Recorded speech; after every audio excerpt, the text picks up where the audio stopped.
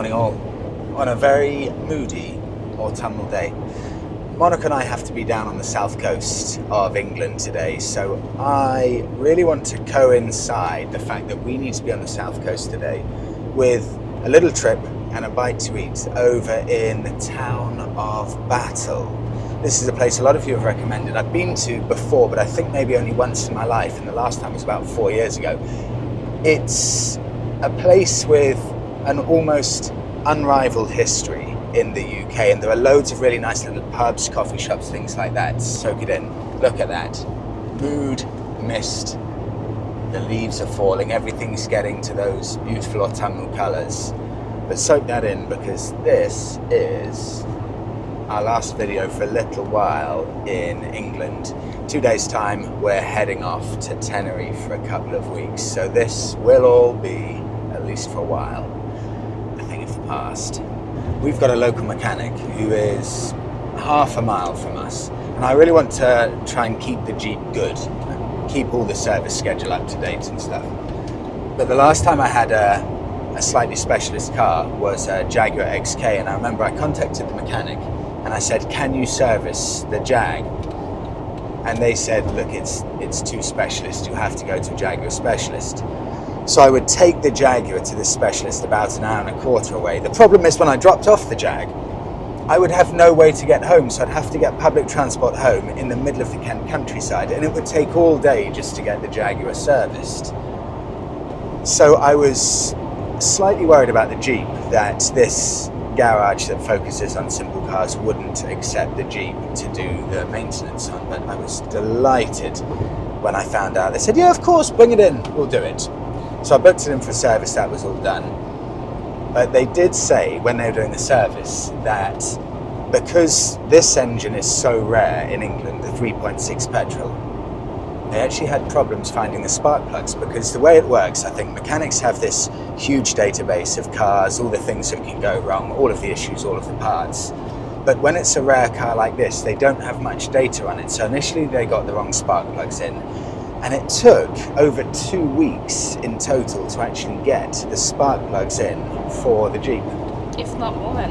Yeah, if not a bit more. Was it actually 3 weeks in the end? But it took a long time, because spark plugs is a basic thing, but it just shows what it's like when you get a car that's not the norm. It does make it a bit more difficult doing even basic stuff like spark plug changes. But I'm delighted that's all done. 156 quid, spark plugs changed.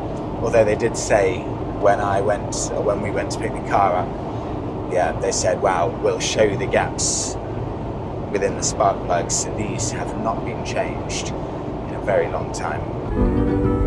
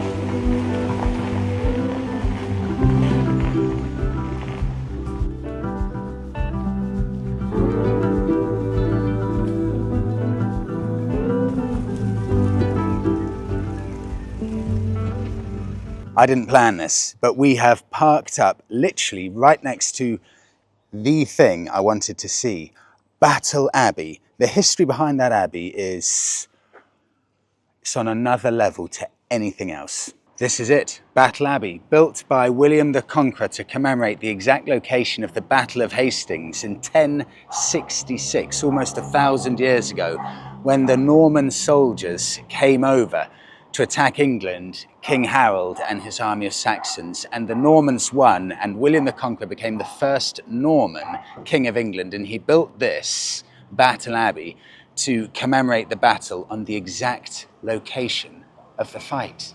I kind of associate now everything around the incredible Vikings series that I think was on Amazon a few years ago. I became ridiculously addicted to that. But William the Conqueror, who came over with his Norman army, he was the great, I think 3 times great, grandson of one of the most famous Vikings in history, Rollo. I'm sure you'll all remember him if you watch the Viking series. It's just incredible to think that Abbey there, that was built by Rollo's great-grandson, William the Conqueror. I can barely get my head around the amount of history that must be within those walls. It's staggering. Now Monica and I are both very, very hungry. So we're going to, I think, look for an old pub to grab us a bit of lunch.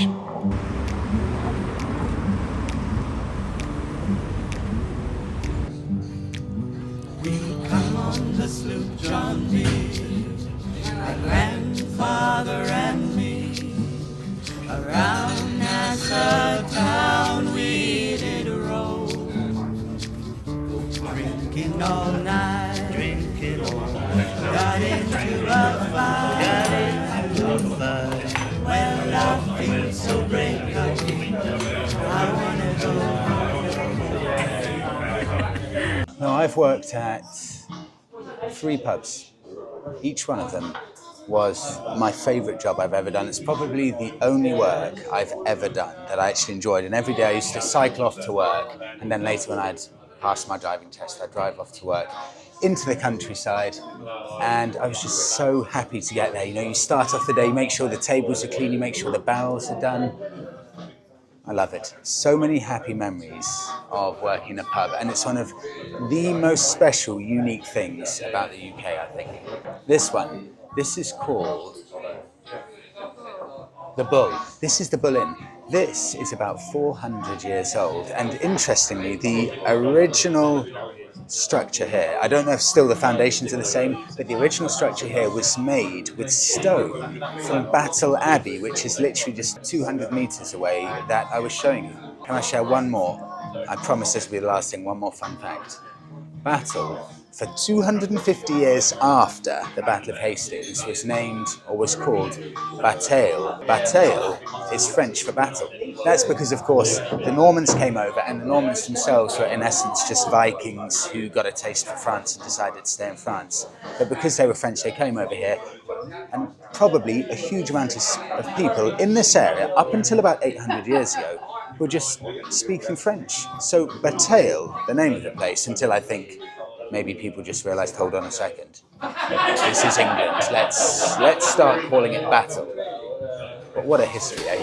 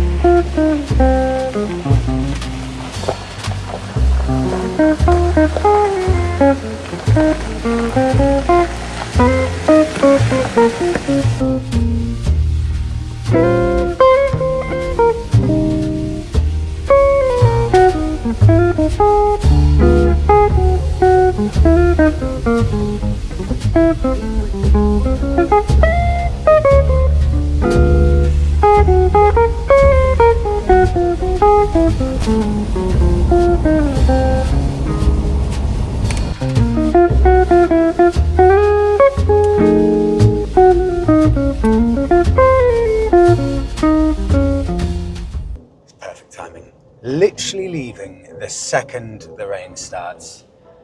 Almost every shop, or certainly every other shop in Battle, is an antique shop, and I was semi-considering going around every single one of them and looking for some kind of weaponry from the Battle of Hastings, because apparently, I know I said I wouldn't give any more facts, but apparently only one axe has ever been found from the actual Battle of Hastings battle.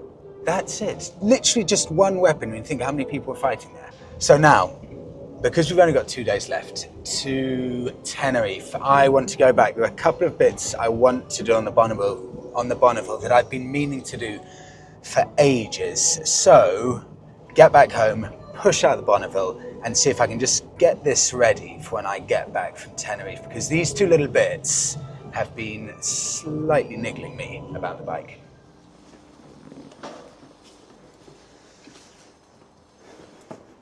Here goes. So this is just purely personal preference, no more than that. The two things I want to slightly adjust on the Bonneville. Number one, because I like the most relaxing type of riding position possible, like sitting in an armchair.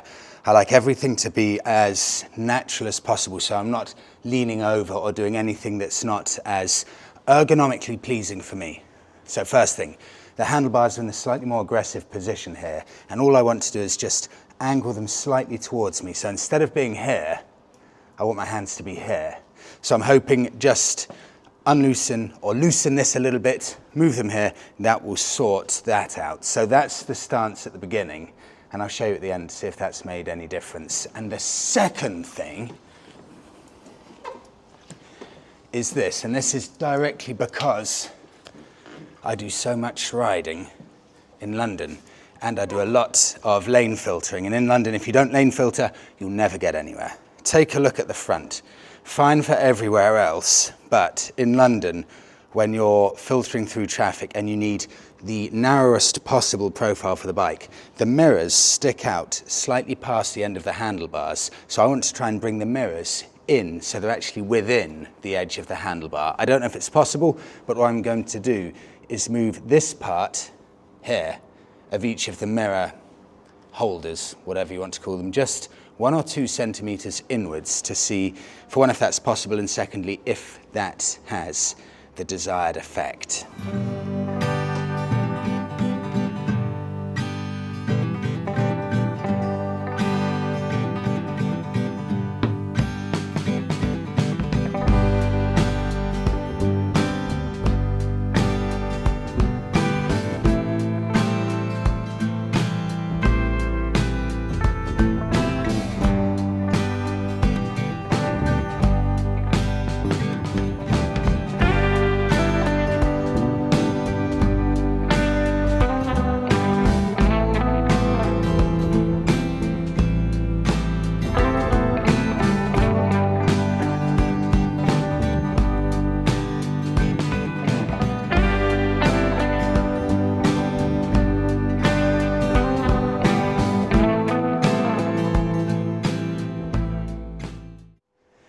Done. And I'm delighted with that. It's incredible the difference it makes doing these final few tweaks just to personalize the bike to your height and your wishes. That for me now, I think is just about perfect. And the mirrors are within the handlebars near enough, so that will make a huge difference for filtering through London. It's now like a finely fitting, tailor-made suit from Savile Row. Not that I would know, of course, but this is how I imagine it would feel. And I'll wrap it up there. I will see you all in the next one. 26 degrees, near the sea, somewhere in Tenerife.